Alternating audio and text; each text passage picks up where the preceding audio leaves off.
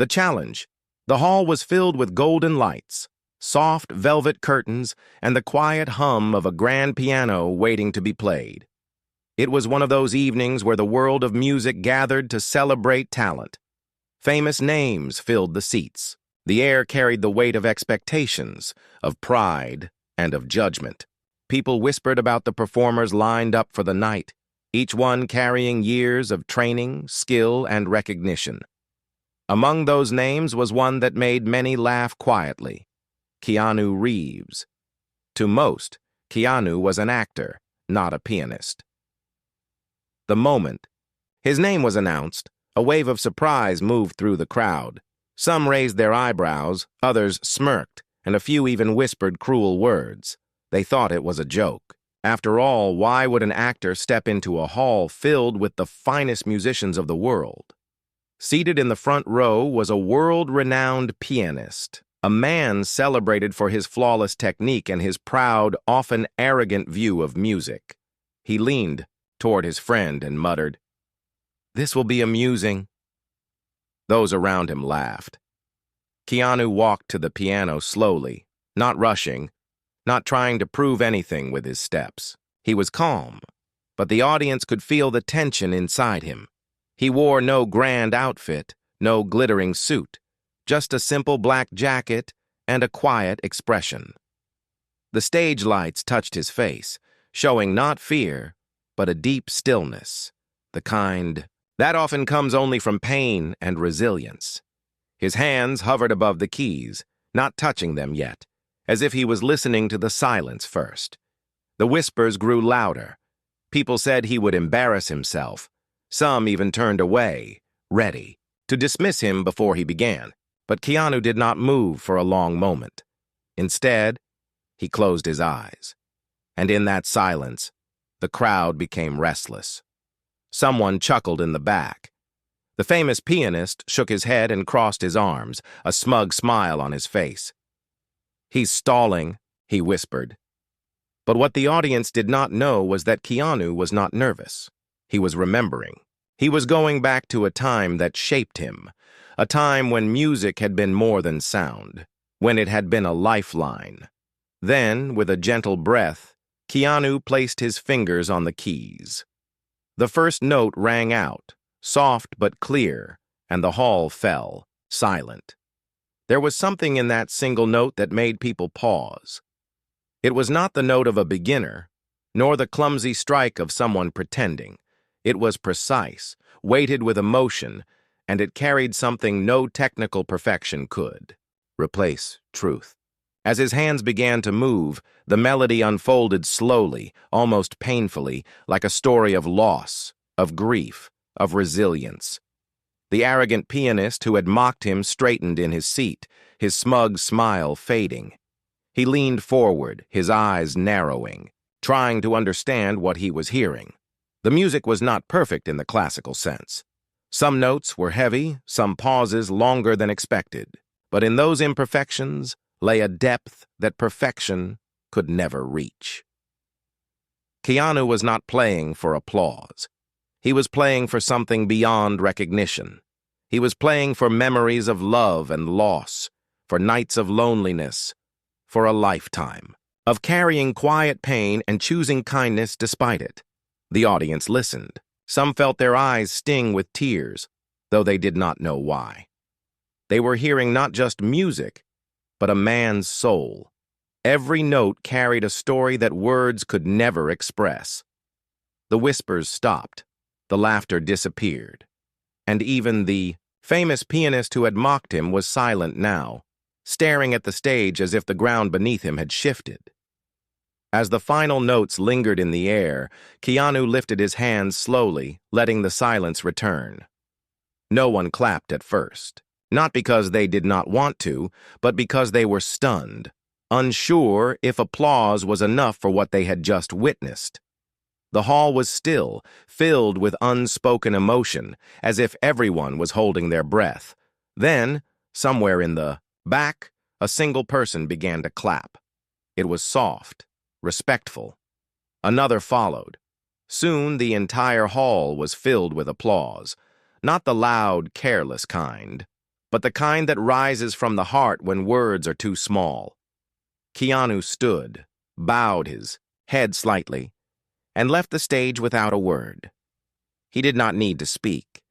The music had already spoken for him, and behind him, the famous pianist who had laughed at the beginning sat frozen, his pride shaken, his arrogance silenced by the simple truth of humility and resilience. The world had expected a spectacle. What they got was a lesson. The story. Behind the music the next day, newspapers and blogs were filled with whispers of what had happened. Some called it shocking, others called it unbelievable. Keanu Reeves silences the music world with a piano performance, the headlines read. Clips of the moment spread online, people replaying the notes again and again, trying to understand how an actor had carried such power in his music. But behind the stage lights, away from the applause and the headlines, was the truth that very few people knew. The truth began years earlier, long before fame, long before the world knew his name. Keanu was a boy then, living in quiet spaces that often felt too heavy. His family had faced struggle, brokenness, and loss. He learned early how fragile happiness could be. His father was absent, his home unstable, and pain seemed to arrive, without warning. But in the corner of their small apartment sat an old, upright piano, slightly out of tune, gifted by a neighbor who had no use for it. To most it was just a piece of wood, but to Keanu it became something more. He would sit at that piano when the noise of the world became too much. He had no teacher, no sheet music, no formal training. His lessons were born out of silence, of trial and error, of letting his fingers discover sounds that matched the emotions he carried inside. Every wrong note taught him patience. Every right note gave him a small moment of peace. For him, the piano was never about impressing anyone. It was about survival, about finding a voice when words could not carry the weight. But pain followed him even as he grew older. Tragedy seemed to return again and again, knocking at his door. He lost close friends. He lost loved ones. He walked through heartbreak, accidents, and grief that would have broken many. But even in those darkest moments, he returned to the piano. It was there that he poured out everything he could not explain to others. Sometimes he played through tears, his hands trembling on the keys. Sometimes he played through silence, letting one note ring out for what felt like eternity. The music hall that night had not only heard notes. They had heard years of grief, resilience, and quiet strength. And the man who had mocked him, the famous pianist, could not forget it. He had spent his life chasing technical perfection, chasing applause, chasing recognition. But what Keanu gave in that performance was something far beyond perfection. It was honesty. The pianist spent that night restless, turning in bed, hearing the melody again in his head. He hated to admit it, but he knew deep inside that Keanu's music carried something his own flawless performances often lacked. He remembered his mocking words, the arrogance he had shown, and for the first time in years, he felt small. Meanwhile, Keanu did not seek interviews. He did not comment on the headlines. When asked by reporters about his performance, he simply smiled and said, "It was just something I needed to share." He never explained more, and in that silence, the mystery only grew. But what no one knew was that the performance had not been planned for fame or recognition. It was personal. In the days leading up to the concert, Keanu had been remembering someone dear he had lost, someone whose memory still lived within him. The piece he played that night was not written by any composer, nor found in any book. It was his own creation, shaped by memories, grief, and love.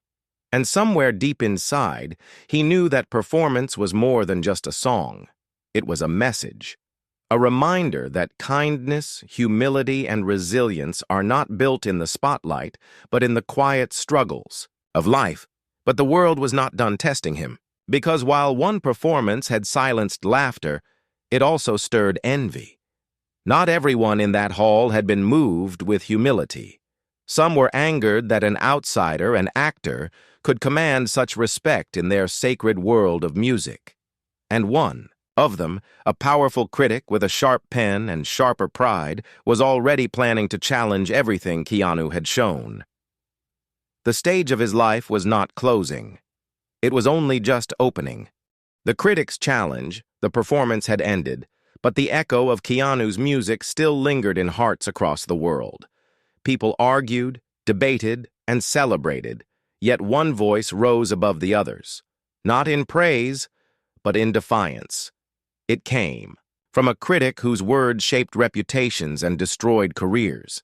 He had built his fame on harsh reviews, on breaking artists down with a single sentence. And now, he set his eyes on Keanu.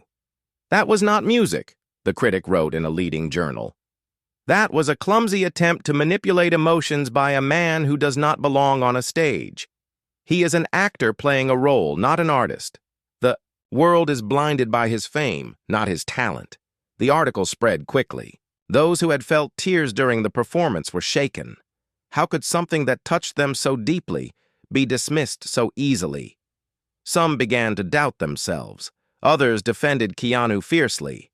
The debate grew like fire, and soon every conversation in the music world circled back to one question. Was Keanu Reeves truly an artist, or just an actor who had stumbled into a spotlight not meant for him? Keanu read the article quietly. No anger crossed his face. No frustration showed in his words. Instead, he folded the newspaper, set it aside, and went for a walk. He had lived with criticism his entire life. He knew the weight of judgment, the sting of being underestimated. But this was different. This was not about a film or a role. This was about something deeply personal. His music, his way of surviving pain. Still, he did not speak out. He did not respond. But silence can sometimes be mistaken for weakness. The critic grew bolder, calling for a public challenge. If Mr. Reeves believes he deserves respect in this world of music, he announced, let him face the masters in a competition. Let him play again, not in the safety of one performance, but against those who have trained their whole lives. Then we will see if humility and sadness can replace real skill. The announcement spread across media like wildfire. Interviews were arranged. Television hosts laughed about it. Some called it cruel, others called it fair. The world was divided. And once again, Keanu was pushed into the center of a storm he had never asked for. The famous pianist who had mocked him on the night of his first performance read the challenge and felt a strange twist inside his chest. He remembered the notes he had heard, the honesty that had left him unsettled. For the first time, he questioned whether perfection was enough. But he too remained silent, watching from the shadows, uncertain of what role he should play and what was coming. As for Keanu, when asked about the critics' challenge, he gave a simple reply. Music is not a competition, it is expression. But if my playing can remind even one person of kindness or resilience, then I will play again. The world listened, waiting for him to back down. But he did not. The stage was being prepared. Larger than before, brighter than before, with an audience even greater than the last. The critic promised to be there, watching, ready to humiliate him. The masters of music would be present, each one a figure of technical brilliance, trained for decades, their fingers faster than lightning, their names etched in history. And in the middle of it all, once again, would be Keanu, quiet, humble, and carrying nothing but the weight of his story in his hands. But deep inside, as he prepared for the night, memories began to resurface, not just of grief, but of someone who had once believed in him.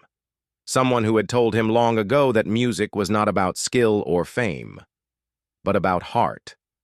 And it was their voice he heard, as he placed his hands on the piano in practice, letting the same melody rise again, stronger than before.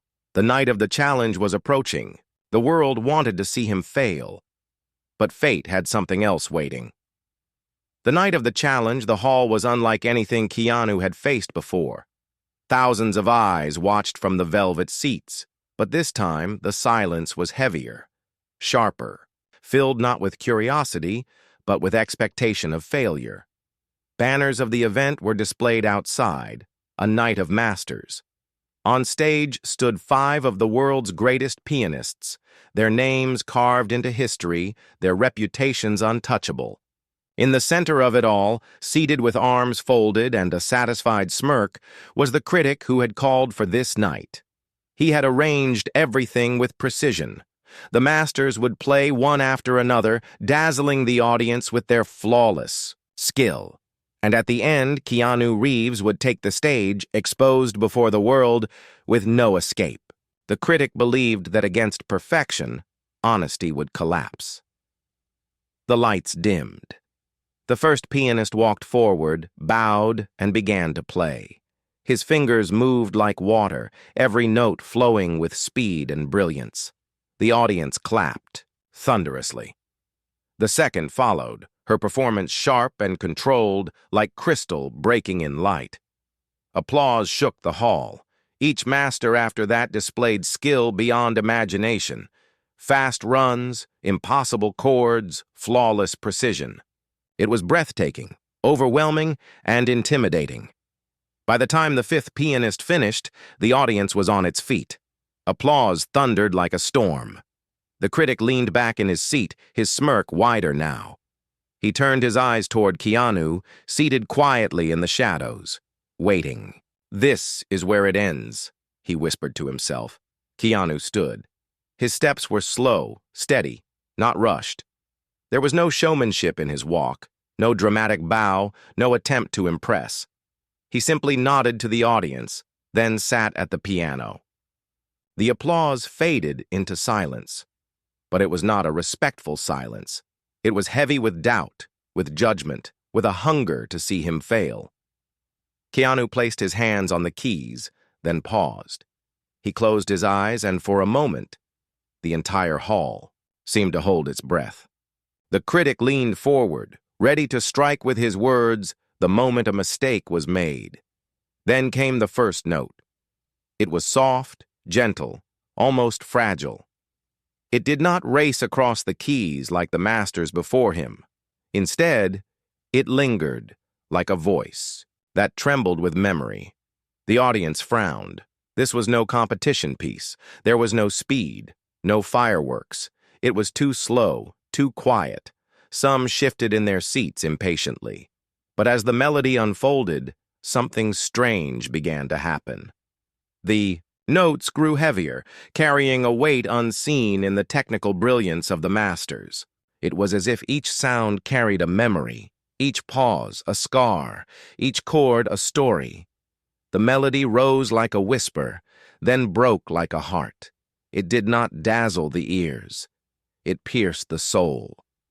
A woman in the second row began to cry, though she could not explain why. A man in the balcony clenched his fists, feeling a long-buried ache return. The critic frowned, unsettled, his smirk slowly fading. This was not supposed to happen. The music built higher, trembling with intensity. The masters who had played before watched silently, their pride shaken. They recognized something that technique alone could not create. They had spent years perfecting speed and precision, but here was a man giving his soul away with every note. Keanu's fingers slowed again, landing on a series of quiet chords, so soft the hall had to lean in to hear. In that fragile silence, it felt as if the entire world had stopped. And then, with a final lingering note, the melody ended. Not in triumph, not in thunder, but in peace. Keanu lifted his hands slowly, letting the silence remain. The hall was frozen. No one clapped, no one moved. They were suspended between disbelief and awe. And then from the back of the hall came a sound. It was not applause. It was a sob. It spread soft at first, then louder as more people wiped tears from their faces. Soon the silence broke into applause, not the wild storm given to the masters, but something different. It was slower, heavier, like a prayer. The critic sat frozen, his face pale. His hands trembled. He wanted to dismiss it, to call it manipulation, but deep inside he felt something break. The melody had reached him too. Keanu stood, bowed his head slightly, and walked off stage with the same quiet grace he had entered. He did not wait for applause, did not seek glory. The hall shook with clapping, yet he was already gone. The masters remained seated, silent, their pride unsettled. For the first time, they questioned whether perfection could ever match truth. The aftermath, the performance ended, but its echo did not fade. The audience left the hall in silence, some wiping their eyes, some lost in thought. It was unlike any event they had ever attended. People whispered not about speed or technique, but about feeling, about the strange way Keanu's music had touched something deep inside them. Outside the building, the press waited eagerly. Cameras flashed, microphones pressed forward, reporters shouting questions. But Keanu did not linger. He stepped into the cool night air, gave a small, polite smile, and walked away without answering. It was not rejection, it was simply who he was. He had never played for headlines. Inside, however, the critic remained seated, frozen in his chair. For years, he had shaped the world of music with sharp words, destroying careers with sentences crafted like knives. But now, he was silent. His face was pale, his hands clenched tightly. He had been ready to laugh, ready to strike. Instead, he felt something he had not felt in decades: humility. The masters who had performed earlier stood together backstage, speaking quietly. They had trained all their lives, studied under legends, achieved perfection. Yet what they had witnessed unsettled them.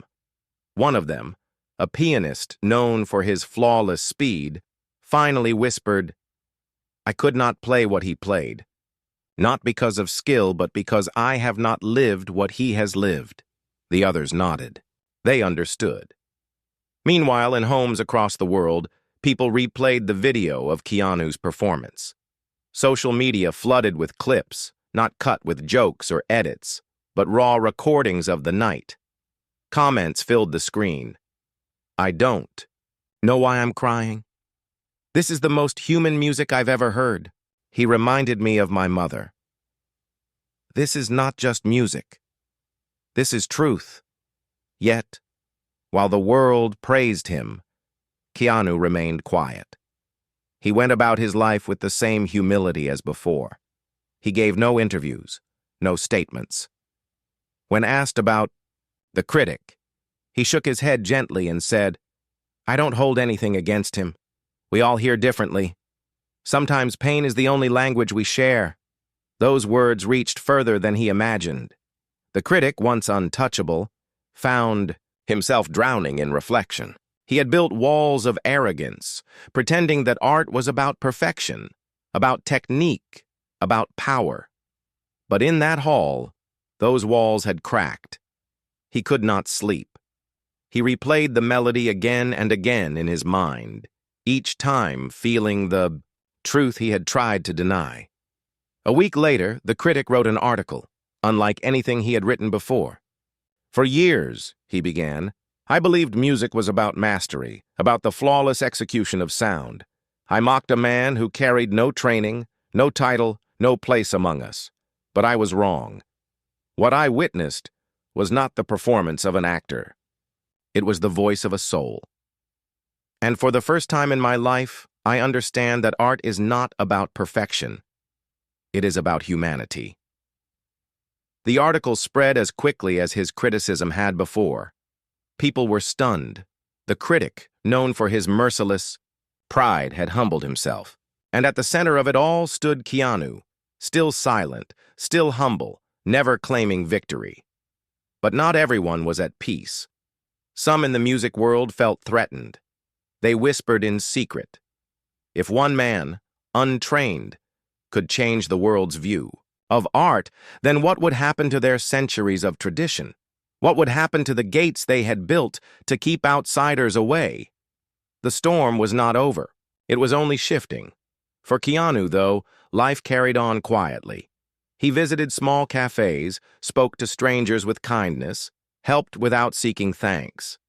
Yet everywhere he went now, people looked at him differently, not just as an actor, not just as a musician, but as someone who had reminded the world of something it had forgotten.